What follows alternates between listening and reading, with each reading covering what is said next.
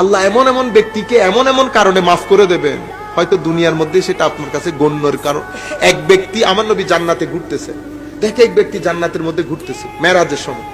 লাকাদ রাআইতু রাজুলান ইয়াতাকাল্লাবু ফিল জান্নাহ। আমার নবী জিবরিল আমিনকে জিজ্ঞেস করতেছে, একেবারে এরকম করে ঘুরতেছে, কি কাজ করছে?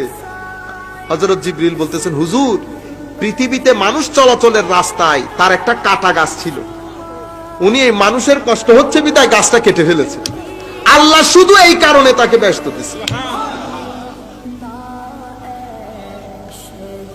কিয়ামতের ময়দান আরেক মহিলা জাহান্নামে গেছে, এটা বুখারী শরীফের রওয়ায়াত।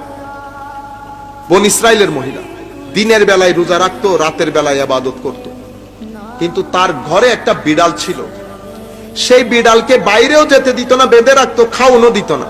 এরকম করতে করতে বিড়ালটা মারা গেছে। আমার নবী হাদিসে পাকের মধ্যে বলছে আল্লাহ তাকে জাহান্নাম দিয়ে দিছে।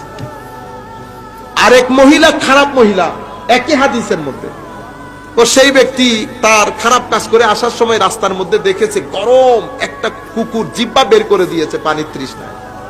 সেই মহিলার অন্তরে বড় দয়া আসছে, সে কি করেছে, মানে কূপ থেকে পানি নিয়ে তার মৌজাতে করে ওই কুকুরকে পান করাইছে। শুধু এতটুকুন কারণে আমার আল্লাহ তাকে জান্নাত দিয়েছে। আপনারা মাথায় রাখবেন, ঠাস করে পারলে বিড়ালকে, কুকুরকে গরম পানি মেরে দেন আপনারা, ঠিক না?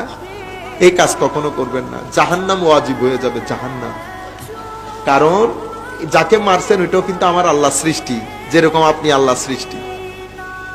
আপনারা বুঝতে পেরেছেন? কুকুর, আপনারা গাছ একটা মেরে দিয়েছেন, কুকুর ল্যাংড়া হয়ে গেছে, কুকুরের কিন্তু ব্যথা লাগে। বুঝতে পেরেছেন? এই কাজগুলো আমরা করব না, এই কাজগুলো আমরা করব না। আমরা আখেরি বক্তব্য 2 মিনিট আমরা শেষ করে দিচ্ছি। সম্মানিত উপস্থিতি, তো কে কোন কাজে মুক্তি পেয়ে চায় আমরা জানি না, আবার কে কোন কাজে আটকে যায় এটাও আমরা জানি না।